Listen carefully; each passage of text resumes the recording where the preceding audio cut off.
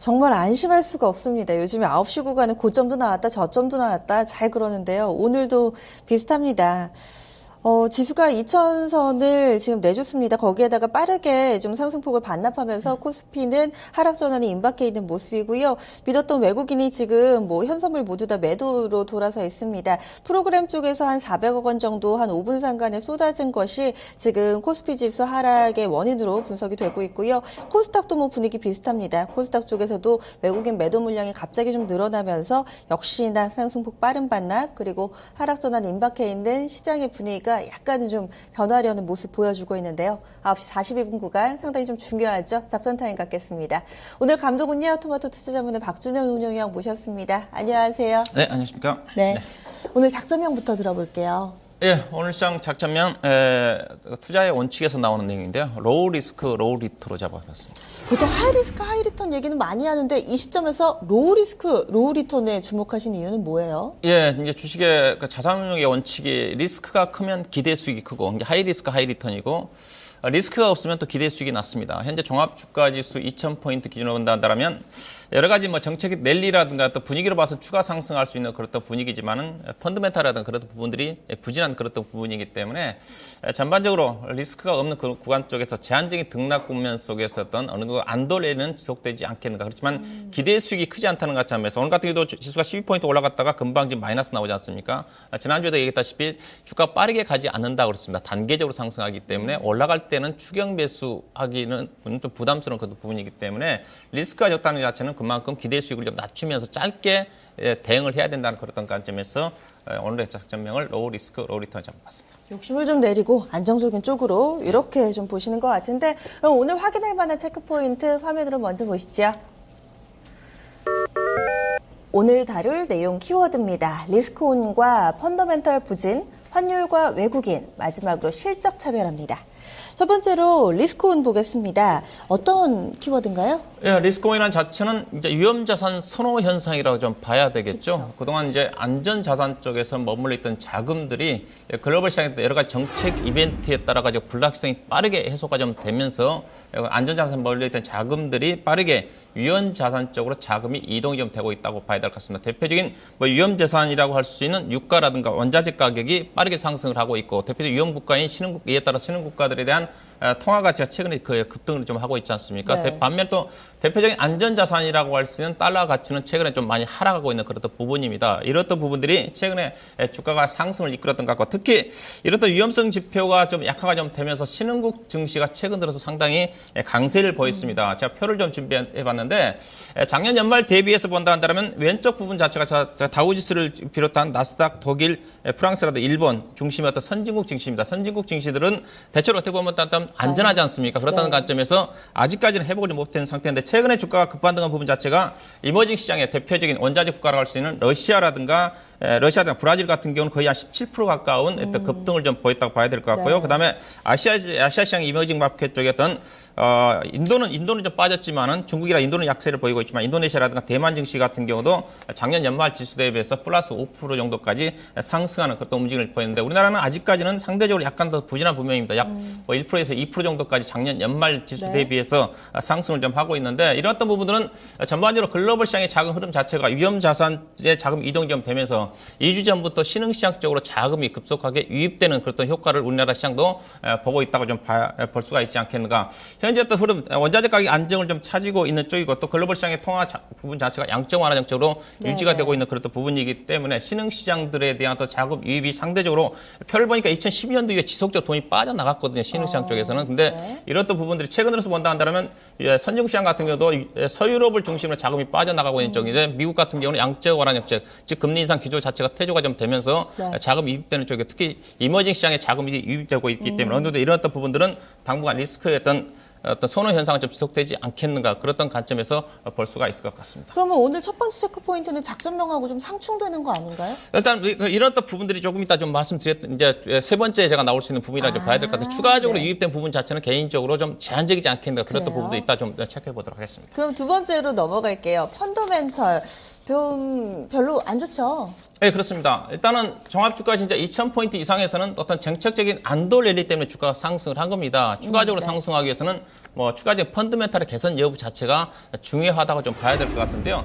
일단은 우리나라 어떤 경제 지표 자체는 여전히 수출이라든 내수 부분 자체가 여전히 동반부진합니다. 네. 지난 1월달, 2월달 같은 게 수출이 거의 두 자릿수 이상, 뭐 18%, 뭐 12%, 1월달 같은 게 12% 감소했고 2월달 같은 게 18%.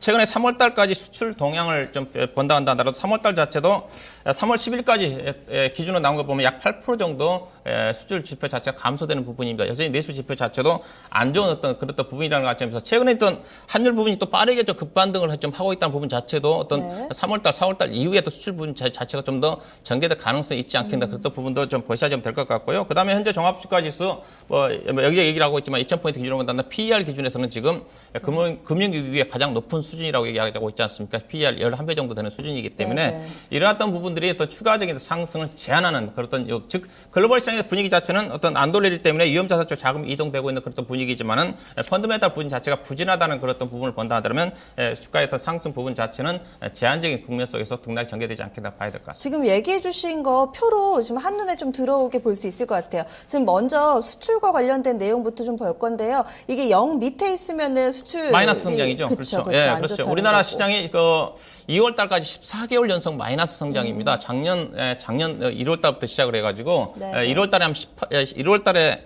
12.2% 감소했고요. 그 다음에 2월달 18.8% 감소했고, 3월달부터 현재 3월 10일 기준으로 본다면 8% 정도 감소되는 그런 수준이기 때문에 네. 이렇다 수출 부진 자체가 결국 수출 기업들 중심으로 해서 실적 부진으로 이어질 가능성이 크다는 관점에서 어떤 이런 어떤 지표들이 확인이 돼야지 종합주가지수 의미 있는 상승 랠리가 펼쳐지지 않겠는가 그렇게 좀 보셔야 될 것 같습니다. 그리고 PER 11배 얘기는 이 시간에 나오는 감독님들이 대체로 다 똑같이 강조해서 봐주시는 것 같아요. 그러면은 바로 환율과 외국인 세 번째 포인트 좀 넘어가 보겠습니다. 예, 오늘 주가도 이제 주가가 갑자기 밀린 부분 자체도 이제 프로그램 매매가 좀 나오고 있지 않습니까? 최근에 외국인 자금들을 유입했던 성격을 좀 봐야 될 것 같습니다. 조금 전에 최근에 이제 이머징 시장 중심으로 2주 전부터 급속하게 자금이 유입이 좀 되면서 네. 지난주만 한다 하더라도 외국인 투자가들이 국내 시장 1조 2천억 가까운 주식을 샀습니다. 샀는데요. 지난 2월 25일부터 외국인 들어온 자금들이 보면 약 3조 6천억이 들어왔습니다. 근데 3조 6천억 중에서 들어온 자금이 외국인 투자가들의 자금의 성격이 두 가지가 있습니다. 패시브 펀드가 있고 액티브 펀드가 있는데 액티브 펀드는 초과 수익을 노리고 어떤 인덱스 펀드 이상의 수익을 노리고 어떤 종목을 선정을 해가지고 업종이나 좋은 종목들 중심으로 매수를 하는 게 액티브 펀드고요. 반면에 패시브 펀드 자체는 지수 인덱스를 사는 겁니다. 이 부분 자체는 환율과 연계돼가지고 즉 한 차익까지 그다음에 지수를 보고 선진국 이머징 시장 자체가 안정을 찾으니까 그렇던 자금들이 들어오는 성격이 강한데 최근 들어온 자금들 자체는 프로그램 매매 자체가 대부분 다 패시브 성격이라는 거죠. 즉 좀 더 안정축. 그렇죠. 한 차익이라든가 기업들 실적은 안 좋은데 환율까지 겸해서 환율이 빠지면 지수 상승과 그다음에 종합 이머징 시장의 강세에 따라 가지고 지수가 상승하면 그 양 노리고 그랬던 들어온 성격 즉 액티브 펀드 실적을 보고 들어오는데 패시브 펀드는 한 차익과 어떤 지수 인덱스를 보고 들어온다는 관점에서 그랬던 부분들 성격이 좀 강한데 최근에 이제 환율 부분 자체를 원달러 환율을 좀 봐야 될 것 같은데 원달러 환율도 지금 전반적인 신흥 시장의 통화 강세에 따라 가지고 1,250원대에서 1,166원 오늘 현재까지 1,166원 정도 거래되고 있는데 표를 좀 봐주시죠. 그렇죠. 이제 환율에 따라서 외국인 자금의 성격이 좀 유입이 좀 되는 거니까 대부분 최근 자체는 환율 부분에 대해서 들어오는 자금들 성격이 상당히 강하거든요. 그래서 주가가 환율이 급속하게 넘어 환율 자체는 안만하게 떨어진 부분 자체가 중요한데 급속하게 환율이 떨어졌기 때문에 외국인 투자가 입장이 본다 하더라면 그동안 한 차익을 노렸던 자금들 자체가 어느 정도 1,150원대에서 대체적으로 한번 지지를 받을 거라는 전망입니다. 만약에 추가적으로 환율이 떨어진다 한다면 작년 10월 달에 저점인 1,120원 정도까지 환율이 떨어지지 않겠는가 그렇다 전망이 있는데 단기적으로 환율이 많이 떨어졌고 또 지난 주말에 달러 인덱스 자체가 약간 반등을 했거든요. 그런 그쵸. 부분 자체가 원달러 환율이 오늘 상승 반전하고 있기 때문에 외국인 투자에서 본다 한다면 최소한 한 차익에 대한 메리트가 많이 감소되는 부분이기 때문에 오늘 이후부터는 외국인 투자 자금 자체가 조금 매수 자체가 그래요. 줄어들지 않겠다. 그런 부분 자체가 오늘 수급적으로도 아침에 매수했다가 매도로 나오게 아닌가. 그래서 그러네요. 외국인 투자가들의 매수 기조는 유지가 좀 되겠지만은 이렇던 한 차익에 대한 메리트가 감소되는 부분이기 때문에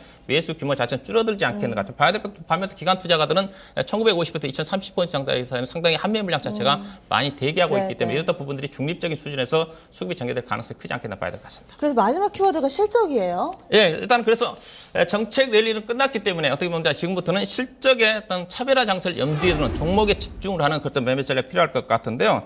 뭐 최근에 이제 실적 조금 전에 앞선 연구원님 얘기했지만은 최근에 실적이 하향 유지 조정이 좀 되다가 최근 들어서는 지난주부터는 약간 상향 조정되는 부분이 있습니다. 네, 그렇지만은 작년 1분기 대비해서 약 6.6% 정도 실적이 감소될 거란 전망인 것 같습니다. 대표적 감소되는 섹터 자체가 본다면 소재 업종을 중심으로 해서는 그래도 양호하게 실적이 하학업종이라든가 화학이라든가 정유라든가 그다음에 바이오라든가 제약업종 중심으로 해서는 상향 조정되는 추세인데요.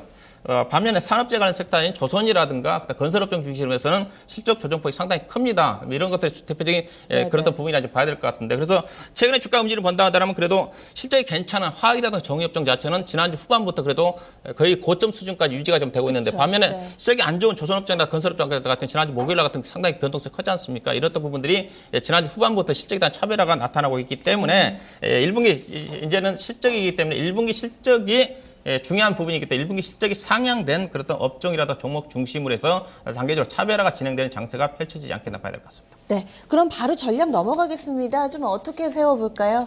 일단은 제한적인 변동성입니다. 지난주보다도 제가 단계적으로 접근하고 있기 때문에 주가가 올라간 국면에 절대적으로 착용 위해서는 자제를 해야 될 것 같고요. 개인적으로 안 돌리는 영장이 좀 될 것 같은 당분간 2,000포인트 기준에서 아랫방에서 1,970과 2,030포인트 사이에서 제한적인 변동성 장세가 펼쳐지지 않겠나 봐야 될 것 같고요. 그래서 지수가 추가적으로 올라가기 어려운 그런 부분이기 때문에 시장보다는 종목 중심의 대응력이 필요할 것 같고 여전히 업종 순환매 장세입니다. 뚜렷하게 조금 전에 업종이 실적이 괜찮은 화학이라든가 에너지 관련 업종은 상대적으로 괜찮지만은 그래서 전반적인 업종 순환매가 상당히 성격이 좀 강하고요. 또 업종 내에서도 실적이 괜찮은 종목들 중심부터 차별화 장세가 전개된다는 부분을 좀 보셔야 될 것 같고요. 그래서 시장은 이미 이제 가치주 관련 종목들 주가가 좀 많이 올라왔습니다. 실적과 무관하게. 그래서 가치주보다는 이제는 수익성 지표, 성장성 지표가 부각되는 그런 종목들 중심으로 이동될 가능성이 크다고 좀 봐야 될 것 같습니다. 그래서 가치주보다는 가치주에 너무 집중하기보다는 이제 실적이라든가 성장성 부분이 강조되는 그런 종목 중심으로 좀 보셔야 될 것 같고 지수가 올라가기 어려운 부분이기 때문에 대형주보다는 중소형 종목들이 최근에 상대적으로 좀 부진했기 때문에 그들 간 중소형 종목들 중에서 실적이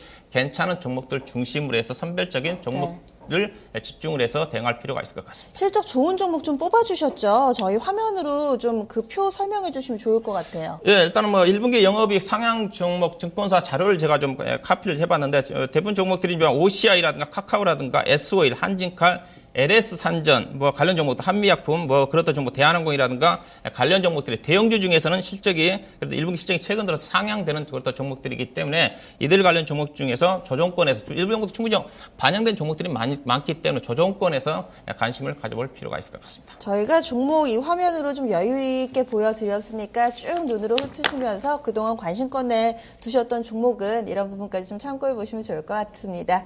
오늘 함께 해주셔서 고맙습니다. 네, 고맙습니다.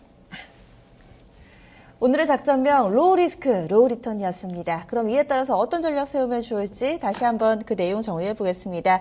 지수의 상승은 좀 제한적일 것으로 봤고요. 따라서 지수보다는 종목별로 대응을 하셔야 될 것 같습니다. 실적에 관심을 두고 가치주보다는 실적이 좀 뒷받침되는 종목들 위주로 그리고 대형주보다는 중소형주에 대한 관심을 권했습니다.